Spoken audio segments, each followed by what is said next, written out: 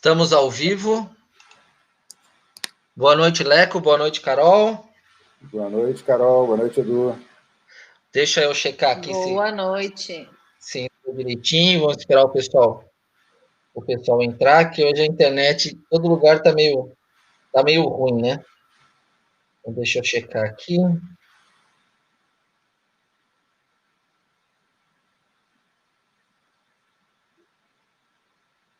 O pessoal está começando a entrar. Okay. Deixa eu checar aqui. Ok, tá rodando. Vamos esperar o pessoal entrar um pouquinho aqui. O pessoal tá vindo. Leco, Leco é o quê? É João, Pedro, Possolo, Antônio? Dá 20 chances para eles. Tem 20 chances, Você Edu. dá 100. Leonardo. Não. Mário Roberto. Mário Roberto. Eu não ia achar. Eu não ia acertar nunca. Eu estou escrevendo umas coisas da infância e, por acaso, peguei uma foto de quem me deu o apelido do Leco. Ah, é? É uma história bacana de família. Muito bom. Pessoal, então, vamos deixar entrar um pouquinho mais de gente para a gente começar a live de hoje com fera daqueles também que dá... Esse dá tremedeira, né, Carol?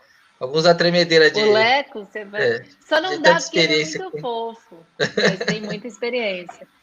Vamos lá, o pessoal já está entrando. Leco, Possolo, boa noite. Você em Niterói. Carol Olival, diretor da Full Sail University aqui no Brasil, direto da terra da linguiça aqui no interior de São Paulo, Bragança Paulista. Carol, apresenta o nosso convidado hoje, por favor. Hoje é terra da linguiça sem internet, né? Porque a internet aqui tá difícil. Boa noite, Leco. Boa noite, Edu. Obrigada por ter arrumado esse tempo, Leco, para estar com a gente. O Leco é um dos nossos graduados mais experientes, para não dizer antigos, que essa palavra não pega bem. Mas o Leco é parceirão no Rio de Janeiro, ele está em Niterói, onde ele mora. A gente fez vários eventos juntos no Rio. Ele trabalhou com a gente, deu palestra, ajudou na parte de engenharia de som, mega profissional, se formou na década de 80, né, Leco? Na Full Sail, ele vai contar um pouquinho para vocês. Então, ele é lá de quando a Full Sail não era nem ainda em Winter Park, em Orlando. É um profissional que é referência no Brasil. Ele vai falar um pouco das pessoas com quem ele trabalhou. Acho que o mais emblemático de todos é o Gil, né? Que ele trabalha há muitos anos. Tem uns aninhos aí com o Gilberto Gil já, né? Acho que ele, se começar a falar a lista dele, ele me mandou, ele tem todos os projetos dele que ele trabalhou num arquivo, não acaba, você vai virando e não acaba. É demais, assim, é realmente uma referência no setor de recording arts aqui no Brasil. E daí a ideia é a gente conversar hoje com o Leco sobre o mercado de recording arts, né, para engenheiros de som, pessoal que trabalha na área técnica dos eventos de música e com sonorização, e contar um pouco dessa reviravolta aí que a gente está vivendo, como é que ele está enxergando esse cenário e que iniciativas ou como é que o pessoal dentro dessa indústria está conseguindo se reinventar, ou se tem alguma dica do que a gente pode fazer para poder se reinventar. Conta um pouquinho, Leco, da tua história e desse momento louco aí que a gente está vivendo. Beleza. Boa noite, Edu. Boa noite, Carol. Boa noite a todo mundo espalhado por esse mundão aí. Todo mundo em casa. Essa internet ruim, acho que hoje não é privilégio seu, Carol. Todo mundo pendurado assistindo filmes e música. Americano. Várias lives acontecendo nesses horários, né? Então, a internet, o tráfego deve estar bem pesado mesmo. Cara, arrumar o tempo também não foi só uma coisa de se organizar, né? O tempo hoje é uma coisa que a gente tem bastante. Todo mundo com conta desse confinamento meio forçado. Bom, como o Carol já falou, comecei muitos anos, são 40 anos já de estrada profissional. Comecei minha vida profissional na Som Livre, onde lá tive conhecimento do Full Sail. Eu já fazia engenharia elétrica na Gama Filho. Acabei optando por seguir para engenharia de áudio. Fui para Orlando, nos Estados Unidos, lá para Full Sail, que era em Altamont Springs na época. Isso em 1983. eu sei, eu tinha 4 anos de existência. Voltei, continuei trabalhando no mercado, em estúdios, aí migrei para o ao vivo, fazendo PA, fazendo monitor, e acabei, por força das circunstâncias, como acontece muito nos mercados, nas coisas, voltando um pouquinho para o lado de produzir show, para não ficar só esperando que me chamem para fazer os shows. Eu resolvi fazer um pouco o contrário, eu produzir shows. Me associei a um amigo que é diretor de um clube aqui, mora em Niterói, e com os conhecimentos das pessoas do mercado, fomos buscando oportunidades, datas, né, conseguindo tornar tudo execuível para começar a produzir shows. E aí fiz Daniel Boaventura, fiz Thiago York, fizemos Alcione e mais um monte de outras coisas, dessas produções junto com esse amigo. Fora a vida em paralelo que seguia, tanto gravando em estúdio, como fazendo-os ao vivo. Fala um pouquinho da sua carreira com o Gilberto Gil. Acho que é o mais emblemática, sim. Nesses anos todos foram muitos artistas, mas não tem sombra de dúvida, mesmo que tivesse sido por poucos anos, eu acho que o mais emblemático, o maior peso é o Gil, pelo artista que ele é, por tudo que ele representa para a música brasileira, não só aqui, mas no mundo todo. Realmente é um grande embaixador cultural no mundo todo, com a obra dele. E fui para lá, fui convidado para fazer, desde o lançamento do Unplugged, que foi o primeiro acústico MTV brasileiro. Isso em 1984. Aí estreamos lá na Sala Cecília Meirelles, dia 8 de abril de 1994. Com memória, hein?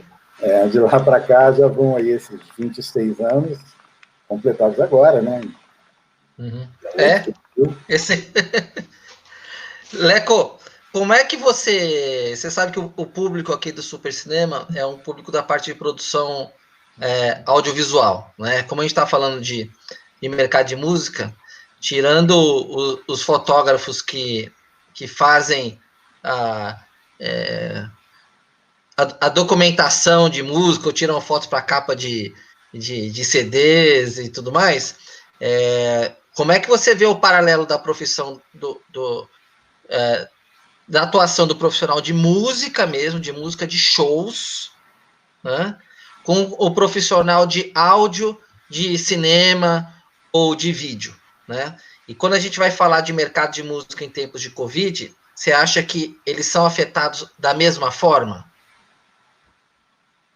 Eu acho que as ferramentas são um pouco diferentes, mas, na verdade, o empenho, a qualificação que você tem que ter, o engajamento que você tem que ter no projeto, o conhecimento de tudo que está acontecendo, são muito próximos, muito parecidos, não tem grandes diferenças. É óbvio que um está voltado mais para um tipo de captação, com uma técnica específica, o outro para outro, com instrumentos um pouco diferentes, de repente com outras técnicas, outras demandas de mais tempo, de mais horas de mão de obra. Então, eu não vejo grande diferença, eu vejo isso. Acho que o produto final ele é diferente, mas o processo, o envolvimento dos profissionais que tem que estar trabalhando junto não é muito diferente. E nesse momento que está todo mundo meio parado, olha, eu acho que quem está trabalhando em televisão, nessas coisas, continua trabalhando bem, a parte de áudio e vídeo. Mas quem trabalha principalmente com ao vivo está parado, e todo mundo, né? Não tem... Você vê essas lives que estão sendo feitas, são lives completamente amadoras, completamente domésticas, né? Elas são... Dá a sua opinião dessas lives para a gente, por favor. Eu tenho achado, assim, bem improvisadas, né? Bem... não sei, eu acho que é um começo para um caminho que eu acho que pode frutificar, que pode ser um caminho bacana, porque você pega, o cara faz uma live hoje em casa aqui, ele consegue atingir o mundo inteiro com a internet hoje, né? Diferentemente de um show que ele vai conseguir aquele número de pessoas que estão presencialmente ali assistindo. Eu acho que a emoção do ao vivo, a coisa de estar ali, de ver o artista na frente, Eu até brinco muito, principalmente com os músicos de jazz, né? Que eu acho que, assim, você fica olhando e a expectativa de se o cara vai acertar, se vai dar tudo certo, isso traz uma adrenalina, traz uma emoção muito bacana, bem peculiar do show, do ao vivo. Mas acho que é um caminho que não vai ter muita volta, mas que agora a gente está começando a achar caminhos para tornar isso um pouquinho mais profissional, tecnicamente um pouquinho mais evoluído. Carol, você quer perguntar uma coisa? Porque eu tenho um monte de pergunta para fazer aqui. Eu queria, nesse assunto das lives, assim, eu fico pensando duas coisas, né? Uma é que eu acho que quando acontecem, e a gente tem feito as nossas lives aqui, né? E a gente já viu gente falando assim, nesse momento é melhor fazer o bom do que não fazer nada esperando poder fazer o ótimo, que eu acho que um pouco combina com o que o Leco está falando, da opinião dele, né? Dessa falta da qualidade técnica, né? Então, uma das coisas que eu fico pensando é assim, será que com essa quantidade de lives a gente vai começar até, talvez, a entender um pouco mais a importância do técnico de som? Eu digo, eu mesma, quando comecei a trabalhar para Full Sail, eu não sabia direito, né? Assim, você sabe que existe o técnico de som, mas o quanto que ele interfere no resultado final do trabalho, eu fui aprender trabalhando com a Full Sail, né? A mesma coisa para o cinema, de entender o valor que a peça final fica depois que ela passa na mão de todos os editores, né? As pessoas que vão fazer a pós-produção e tal.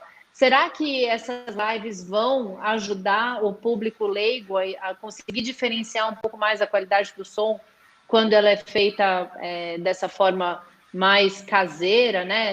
Isso é uma coisa que eu queria que o Leco comentasse. A outra coisa que eu fico pensando é assim, alguém está ganhando dinheiro com essas lives, né? Como é que isso chega até os técnicos? Isso está chegando até os técnicos ou isso está ficando na mão das grandes empresas que patrocinam e de 3 ou 4, né, que estão lá na boca da live?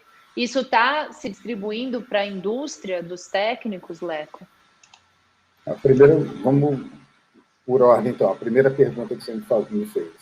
Eu acho que sim, as pessoas vão começar a entender a diferença. Na hora que elas verem o resultado de uma live feita com um profissional de luz, um profissional de áudio, um profissional de câmera, né, alguém que está cortando direito, que está bacana, isso Edu sabe perfeitamente, o momento que o cara está cortando, o momento que ele está fazendo, o approach que ele está chegando no músico, no artista, e ele comparar isso com uma outra live completamente amadora, ele vai entender muito bem, muito claramente a diferença, mesmo que a velocidade da internet seja a mesma para os dois, mas o produto que está sendo apresentado vai ser muito diferente. Perfeito. Inclusive, Leco, eu acho que nesse ponto, o público que está assistindo vai entender que isso que está sendo feito com mais cuidado vale a pena de se pagar para se assistir. Exatamente. Você não acha isso? É um produto. Que o público vai perceber o que é a live feita com o celular na frente, né? E o público vai conseguir valorar isso, né? Isso. Desculpe te interromper, queria dar esse... completamente pertinente. E o outro ponto, Carol, assim, perguntando se essas lives, se o dinheiro que está sendo levantado com isso está chegando, eu tenho muito pouca notícia que isso está chegando nos técnicos, porque é um universo invisível, né, de holds, técnicos de LED, de luz, de som, de montagem, produtores. É uma galera que assim trabalha para as coisas acontecerem, e quando você faz uma live de casa com um celular, toda essa cadeia produtiva deixou de existir, deixou de funcionar. Você tem um produto muito mais pobre sendo apresentado ali, porque esses profissionais não estão trabalhando, não estão contribuindo com o que estão fazendo. Alguns poucos que eu tive notícia, por exemplo, faço questão até de falar, o Tico Santa Cruz, ele estava fazendo lives pedindo arrecadação para pagar a técnica dele. Sobre o Alexandre Pires também, pegou o dinheiro de um cachê do show dele e falou, galera, isso aqui é para vocês, estou dividindo para vocês. Então, são pessoas que estão tendo algumas atitudes realmente pensando no próximo, realmente pensando em ajudar. Mas a grande maioria que eu tenho visto, não. É só assim, uma forma de... ok, está levando entretenimento, ou em alguma forma, como aqui em Niterói mesmo, houve um edital para os artistas fazerem lives. Ok, o artista ganha dinheiro, mas e todo mundo que, durante todo o ano, durante toda a vida artística desse cara, deu suporte, trabalhou para ele. Não está sendo lembrado, não está sendo... Isso acontece no Canadá, que tem lá o I Lost My Gig, que é eles fizeram um site bem bacana para as pessoas poderem sobreviver de alguma forma. Na Alemanha, Angela Merkel fez também, aí pegou lá uma grana para direcionar para os artistas. E aí a minha questão sempre é, ok, os artistas, mas esses artistas estão pagando para os músicos, para os técnicos, para a galera que não está trabalhando, que não está ali naquela live trabalhando? Não sei, o que eu tenho recebido de informação é muito pouco. Muito pouca gente está fazendo isso. Acho que ainda tem um gap muito grande para preencher.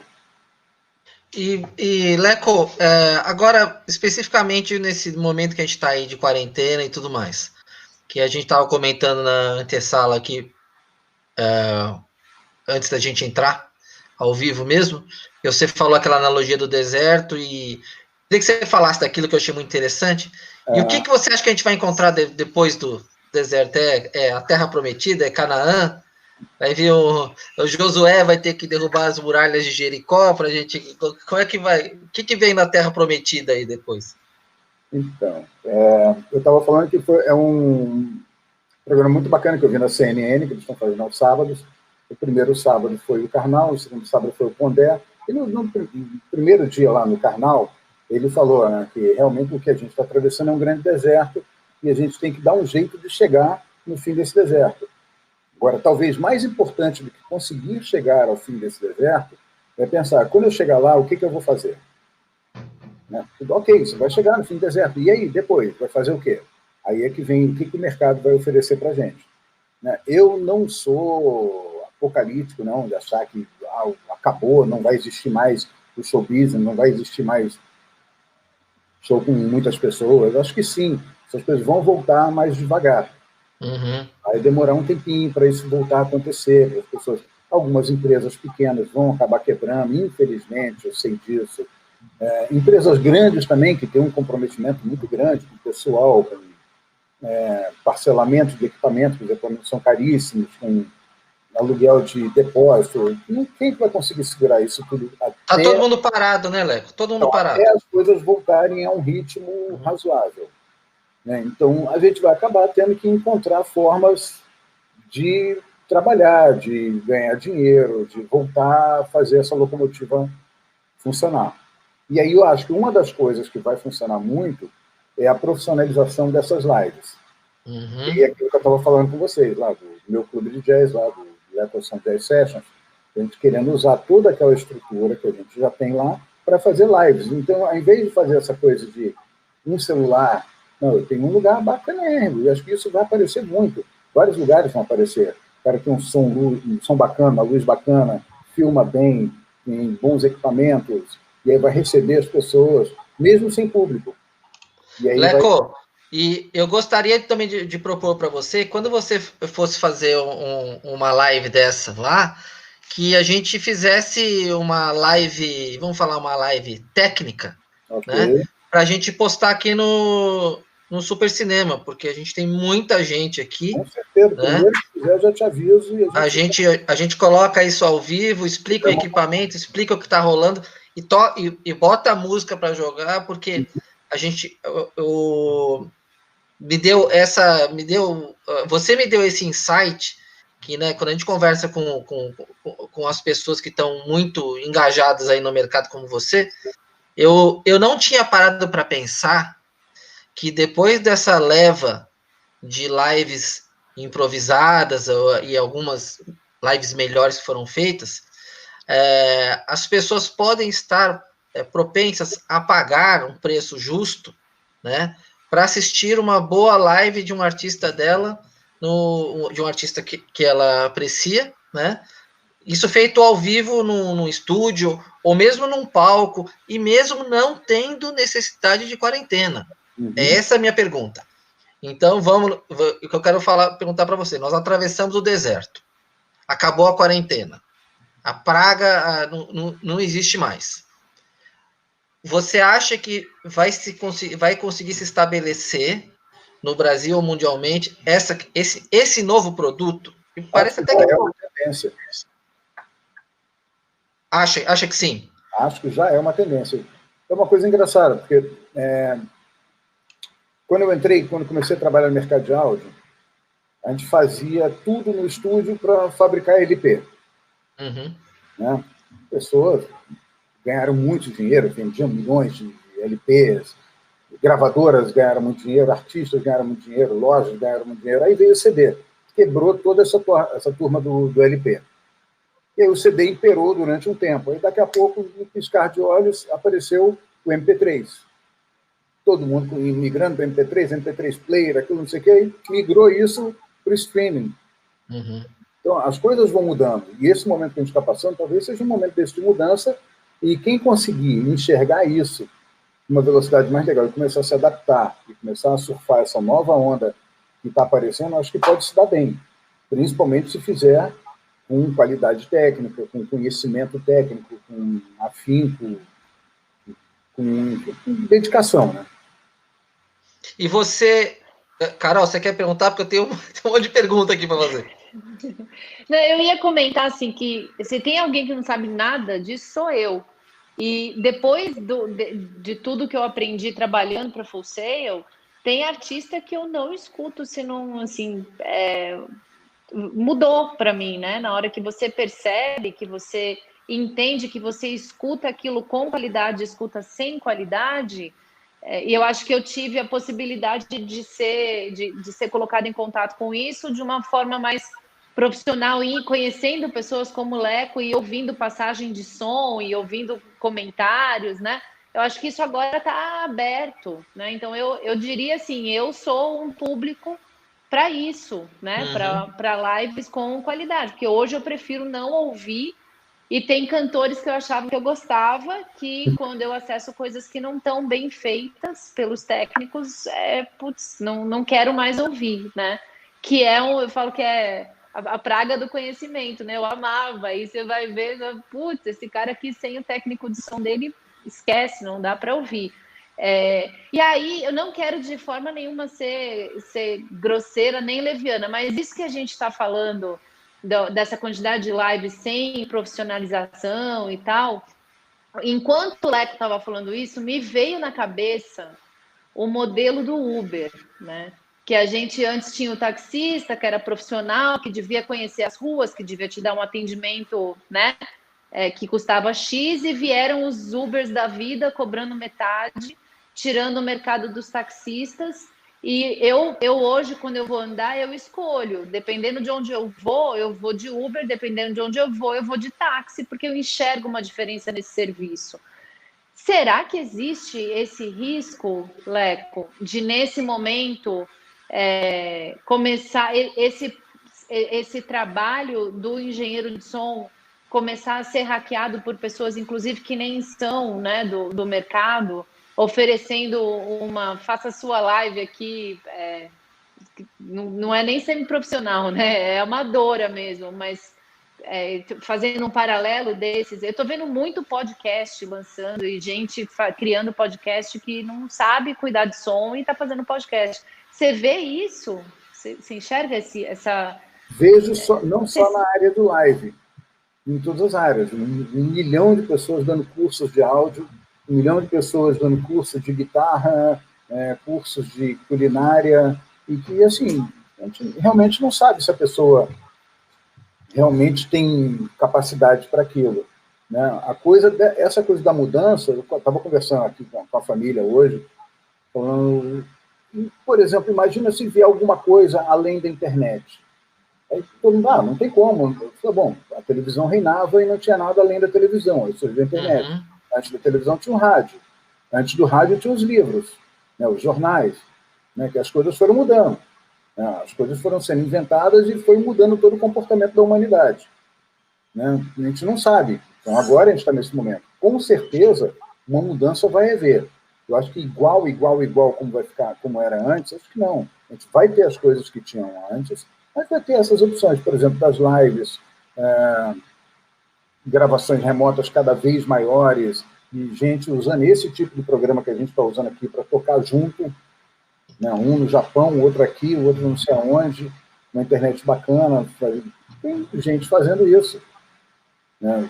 Eu acho que vai ter isso, e agora, vai ter sempre assim também o cara que fala, não, ao invés de ir no estúdio lá e fazer, eu faço aqui mais baratinho, eu tenho um equipamento mais xing-ling aqui. Mas eu acho também que o mercado, né, dividindo o mercado em dois públicos, o consumidor final e o mercado institucional que pode comprar aí serviços de live, por que não uma empresa comprar um show de vocês, Leco, lá na sala de jazz de vocês, e fazer um show fechado, seja para os funcionários, um show ao vivo e tudo mais, né? Isso é um produto que pode vir a acontecer, né? Quando a gente estava falando do ao vivo, me veio alguma coisa aqui, Leco, eu queria saber qual é a sua percepção, pela sua experiência de mexer com o artista, tá? Vamos esquecer um pouquinho o técnico agora, porque o técnico, ele vai ser pago, ele vai topar fazer. Mas o artista, será que o artista gostaria dessa transição, ou de pelo menos assim, de vez em quando, fazer um show ao vivo, transmitido pela internet? Estou falando com cobrança de ingresso, entendeu? Show do artista tal, vai ser sábado, 20 horas, na página tal, tem uma landing page onde vai passar, pode ser no software desse aqui que nós estamos usando, porque esse software ele só transmite em HD, não pode transmitir em Full HD, né? Então, será que o artista vai pensar, não, o meu negócio é com o público, sentir a... O que você pode me dizer disso? A sua experiência com esse esse exército de artistas que você já trabalhou? Então, assim, o YouTube já fez isso, né? Há muito tempo. Mas não era uma coisa como opção de marketing, de um lançamento diferente e tal, de fazer um show transmitido. Outras bandas fizeram também, né? Hoje, tem que se fazer isso por falta de opção. Ok, mas Perfeito. aí essas coisas vão voltar ao normal. Você volta ao normal e continua tendo essa opção, você continua podendo fazer essa outra bacana. Então, às vezes, isso é uma ferramenta importantíssima para divulgação, divulgar um lançamento, divulgar uma turnê, divulgar um show específico, você faz um show, e as pessoas faz uma live voltada para aquela data que você vai fazer. Faz uma live de degustação do show. Exatamente, um teaser, né? Uhum. Eu acho que pode ser bacana, mas acho que nada vai substituir o show ao vivo. É a mesma coisa assim, você trabalha com cinema. Bom, a Netflix está nadando de braçada agora nessa época. Uhum. Mas, cara, para mim, nada substitui a experiência de ir ao cinema. Apaga a luz, senta ali, saquinho de pipoca na mão, se envolver naquele somzão, naquela tela grande, você vê a perspectiva de quem criou, o cara criou aquilo para aquilo ali. É diferente, é bacana. Você deu uma descrição de cinema que é o que eu falo para os meus alunos. Eu assisto muito... Aliás, faz um bom tempo que eu não vou numa sala de cinema. Carol, você desculpa, acabei monopolizando aqui de fazer um monte de pergunta para o Leco, porque eu me envolvi me envolvi muito no assunto aqui, mas eu falo para eles assim, que eu considero o cinema a experiência de você ir numa sala assistir numa tela grande. Exatamente. Né? É um outro mindset que você tá lá, é uma imersão total. Eu tenho uma tela monstruosa de televisão na minha casa, mas eu tenho um monte de coisa para me distrair em casa, o telefone que toca. No meio do filme, eu com certeza olho o WhatsApp torcendo para alguma ex-namorada minha mandar mensagem para mim querendo me ver e não tem nada, mas eu fico checando de 15 em 15 minutos. Então, essa experiência do ir ao cinema é a mesma experiência insubstituível do ir ao show. Exatamente. Né? Agora, nossa, a Carol sabe que, falando disso, Edu, ontem a gente veio, eu estava em São Paulo, eu voltei para cá, né? E daí eu trouxe um livro para o meu filho ler, que tinha uma coleção dele em casa que ele não tinha lido. Eu falei, vou levar. E daí eu trouxe, e ele tem 10 anos, né? Eu falei, ele vai saber se ele vai querer ler. Ele pegou o livro e ele virou a página, assim, e ele falou, nossa, mãe, é muito legal jogar no computador, é muito legal ler no computador, mas esse cheirinho de livro aqui, gosto de ler segurando o livro. E aí eu falei, putz, olha como... E assim, eu não ensinei isso para... Eu leio, mas eu não ensinei isso para ele. E eu leio muito mais hoje em Kindle e escuto do que leio em papel, porque é mais fácil para viajar e tal. Eu não tenho esse amor pelo cheiro do livro e tal. Ele tem. E, pô, é um menino de 10 anos que esse mercado... não sei como chegou nele, mas chegou. E aí eu fiquei pensando, falei, como tem espaço para tudo, né? A gente fez uma live outro dia também, não lembro mais com quem que era de game, acho que foi o... Não sei se, O Gitsu enfim, Bota. não lembro quem foi. Que a gente falou de tendências, né? De realidade virtual, realidade aumentada.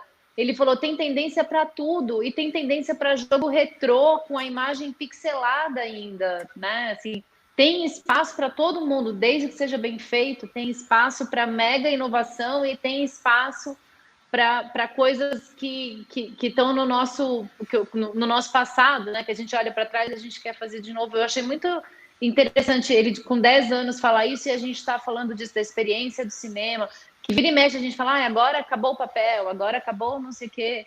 E não é que acabou, né? A gente inventa outros mercados e os que existem continuam talvez mais nichados, mas eles continuam, né? Leco, posso fazer mais duas? Tenho mais duas perguntas, que já passamos de 30 minutos, mas eu tenho mais duas perguntas para te fazer. A primeira é uma pergunta que vai te deixar em saia justa. Artistas da música. Não vamos falar nomes, não precisamos falar. Você tem numa ponta... Vamos falar de música popular, tá? Eu sei que você é um cara do jazz aí, não vamos falar de coisa de David Brubeck, essas coisas assim mais sofisticadas. Vamos falar de música popular. Não é nem MPB. Tá. Música popular, que é música para o grande público. Então você tem numa ponta uns mestres aí, que não Caetano Veloso, Gilberto Gil, esses caras. E na outra ponta você tem o pessoal que teoricamente não é bom músico. Vamos falar nomes, aquelas X pessoas que explodiram com músicas de letras duvidosas e etc. Né? Essas lives, nesse tempo de... Algumas, inclusive, não estão querendo fazer lives, né? Que é um julgamento delas e não vejo problema nisso.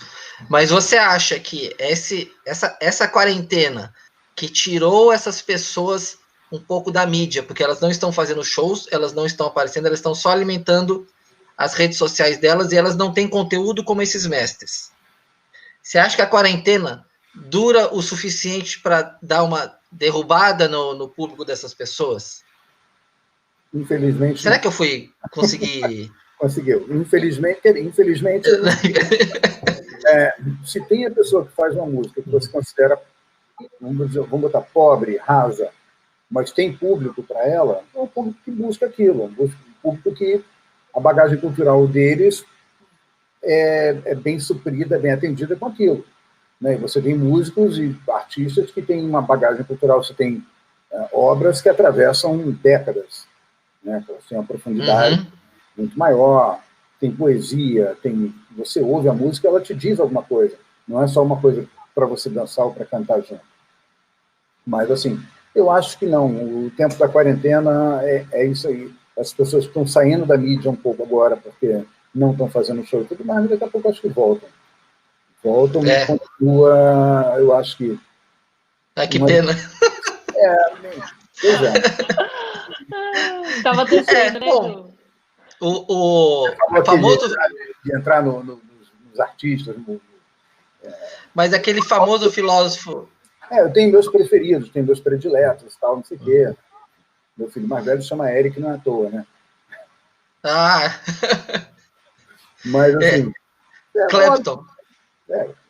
Óbvio que tem música que tá ali, você vai numa festa, no final todo mundo já tomou uns drinks, tá ali e tal, não sei o quê. Aí, sei lá, toca um funk, desses funks carioca. Você tá naquela vibe ali, mas não é uma música para você parar e curtir. Você vai falar, pô, não, vou sentar aqui agora, vou ouvir não é Não é uma música que vai fazer parte de qualquer antologia que tenha que não vai no futuro.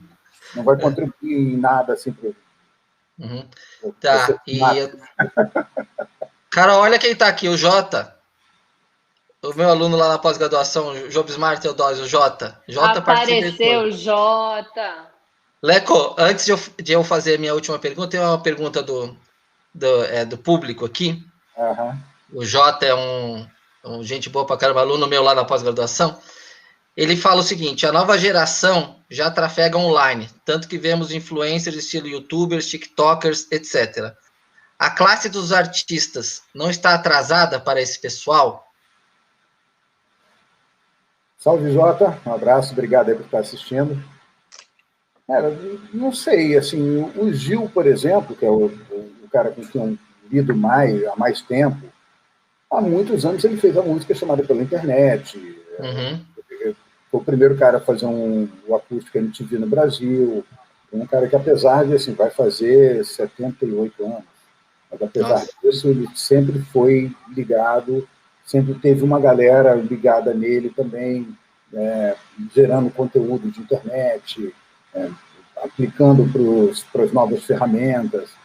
Então, eu não sei, deve ter uma galera assim, meio resistente a essas novas tecnologias, mas, em geral, eu vejo as pessoas assim, usando bem todas as ferramentas digitais, com canais no YouTube, aí, com músicas sei lá, no Deezer, no Spotify, no Apple Music, em todas as plataformas. Não tem sentido isso, não. Tá, legal. Jota, viu, né? O mestre respondendo a sua pergunta aí. Leco, eu só queria comentar um negócio com você. Seu filho chama Eric por causa do Eric Clapton, né? Então, o meu sócio... Não é exatamente, mas foi Não, mas no meu caso vai ser... Que vem desde... Só de curiosidade, o meu sócio, o Ale, ele é fanático, ele é provavelmente o maior colecionador de essas memorabilia do Star Wars do Brasil, né? E como é que você acha que chama o filho dele? Darth Vader. Não, chama Luke Skywalker. Claro, né? Ele fala, eu sou o Darth Vader. O filho é o Luke Skywalker. Mas chama mesmo. É o nome do menino, né? Tá grande o menino, tem 4 anos já, tá grandão. Leco, eu queria, pra gente encerrar a live, a gente falou aqui na antessala também, como é que a gente pode... O que a gente pode fazer para tentar trazer os técnicos, né? Esse pessoal que trabalha nos bastidores, na cozinha, aí, tanto da sua área, que é produção musical e shows, etc., você está mais no lado disso, ou para o nosso lado daqui, que é produção de cinema e produção de audiovisual, né? Como é que a gente pode trazer esse pessoal para a luz do dia, para reconhecimento do público, né? O mercado, ele acaba reconhecendo quem é o bom, porque um indica o outro, mas estou falando assim, para a luz do público, para o público entender a quantidade de gente que tem atrás de uma produção dessa e valorizar esse profissional, para aquelas pessoas acharem que trabalhar com música é coisa de vagabundo, trabalhar com show é coisa de maconheiro, trabalhar com cinema é coisa de sonhador. Como é que você acha que a gente pode tentar trazer esse pessoal para a visibilidade?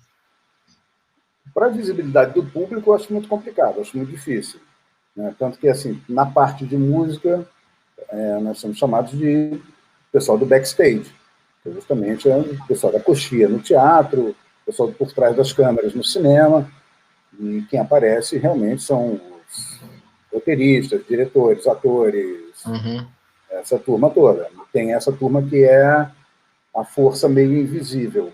O que eu acho que era importante é a gente conseguir deixar de ser invisível não para o grande público, porque o grande público vai assistir o artista, o show, o que quer que seja, mas institucionalmente. Acho que a gente deveria deixar de ser invisível para o governo, né? Para a estrutura toda, né? Com reconhecimento. Quando começou essa história, eu juntei no grupo lá da Graxa e falei, galera, a gente precisava conseguir algum apoio e tal. Isso antes de aparecer o auxílio emergencial que vive em análise para todo mundo, né? Alguns sortudos devem ter conseguido já, mas todo mundo em análise. E aí alguém me falou, não, a gente não vai conseguir porque a gente não tem representatividade. A gente não tem representatividade hoje. mas a gente pode passar a ter. Começar a montar essa representatividade. Muitos. Trabalhamos com artistas conhecidos, com pessoas influentes. Será que ninguém conhece um deputado, um senador, um vereador, um prefeito? Ou a gente não consegue se juntar e se mobilizar para tentar ganhar essa representatividade? Uhum. Eu sei que é difícil. Muitos anos atrás foi criada no Brasil a ABP Áudio, Associação Brasileira de Profissionais de Áudio. Na segunda gestão dela, eu fui vice-presidente. O presidente era o Marcelo Clarea, ele é de São Paulo. E a gente tentando que as pessoas fizessem parte para a gente conseguir realmente ter mais representatividade. E sempre que você chamava alguém, para pagar uma taxinha pequena, anual, a pessoa falava, mas o que eu vou ganhar com isso? No primeiro momento, nada. Mas você vai ganhar ao longo dos anos, quando a sua profissão estiver mais reconhecida e tal. Acabou que a BP Áudio deixou de existir por falta de interesse de todos, do público, e outras ferramentas foram surgindo. Né? Infelizmente, deveria ser o SATED, né? O responsável por isso. Mas, não sei, o SATED me parece que não é muito atuante junto aos profissionais todos. Eu tenho essa impressão também. Tenho essa impressão. E, Leco, tem aqui... A gente tem que tentar se organizar, sim, para ganhar representatividade e para sair da sombra. Não para sair da sombra para querer tomar o lugar do artista, sair da sombra como um cidadão, como trabalhador. Perfeito. Que paga imposto, que consome, que faz tudo e tem que ser reconhecido. Sair da sombra institucional, né? Porque que nem aqui nós temos um comentário do Olívio Neto falando que o público não tem esse interesse. É exatamente o que você respondeu. Né? Com algumas, talvez com algumas exceções, assim. Aí não é o público, né? Aí são pessoas. Isso. Porque eu conheço gente que gosta de cinema e fala assim, eu vou assistir tal filme, porque o figurinista é fulano de tal. Pô, bacana. Eu vou assistir esse filme porque o cenógrafo é tal. Eu tenho mesmo, eu pessoalmente tenho umas preferências por alguns diretores de fotografia. Falar do Ridley Scott, para mim eu vou ver, não me interessa. Por exemplo, né? E pegar aquele... acabei esquecendo o nome do cidadão, que ele fez The Revenant, diretor de fotografia de The Revenant. Lubeski. Isso. Pô, falou que o filme é do cara, eu vou assistir, né? Nem sei quem é o diretor, mas eu vou ver, né? Então, também, com fotografia espetacular. Eu acho que a gente tem que juntar mesmo, tentar unir forças aí. Quem sabe a gente agora consiga juntar o pessoal do áudio, que eu sei com áudio visual, e a gente faça tenha mais peso aí, faça uma massa crítica para poder reivindicar que ninguém quer nada de graça, né? A gente quer ser reconhecido como força produtiva, né? Porque imposto todo mundo paga o tempo todo, né? E, bom, é isso. Eu acho que eu queria agradecer você, Leco. Claro, os 30 minutos já foram para 45. Seja para falar, eu adoro falar desses temas também, a Carol sabe disso. Ou seja, para arregaçar as mangas, para tentar juntar a força de trabalho de todo mundo, conta comigo. E vamos bolar aí, quando você for fazer uma live do seu espaço de jazz, vamos fazer uma live técnica, assim, que acho que vai ser bem legal, as pessoas vão ver e divulga lá o seu espaço. Então, eu queria agradecer você. Carol, você tem mais alguma pergunta? Porque eu não deixei você perguntar nada hoje, Não, tô tranquilo. O Leco é muito amigo, muito de casa. Já tive a felicidade de poder conversar muito com ele. Então, que bom que você aproveitou mais. Aí minha internet também tá fraquinha, mas deu para entender mais do que estava dando antes na sala. Queria agradecer, Edu, agradecer o Leco. Vamos colocar, se o Leco, vou conversar com ele para ver quando é que tem possibilidade da live no espaço dele. Uhum. E se a gente consegue marcar uma segunda conversa para maio, que a gente já está marcando as lives de maio para a gente continuar falando desses mercados. Eu acho super importante trazer o mercado de áudio, né? Que a gente falou com pouca gente de áudio e eu acho que é um mercado que precisa, como a gente estava falando aí, ser mais representado. Então, vou te encher, Leco. Maravilha. Acho que a mensagem mais importante é para todo mundo não esmorecer, ter esperança que a gente vai conseguir fazer coisas bacanas ainda. Vamos atravessar o deserto lá para a terra do leite e do mel. Lá, ó, eu lembrando das minhas aulas de Bíblia do Colégio Batista Brasileiro, hein? Leco, muito obrigado pelo seu tempo. Valeu, boa noite para você. Que assistiu. Muito obrigado. Obrigado para você que nos assistiu também. Carol, obrigado. E, Carol, nos vemos na quarta-feira, é isso? Nos vemos na quarta-feira com... Não sei eu de posto cabeça. Aqui. Eu posto aqui no Super Seu, não se preocupe. Falou. Boa noite. Obrigada, tchau, Leco. Obrigado, obrigado. Leco. Boa noite. Boa Tchau, noite. gente. Boa noite a todos. Tchau, gente. Tchau, tchau. Até.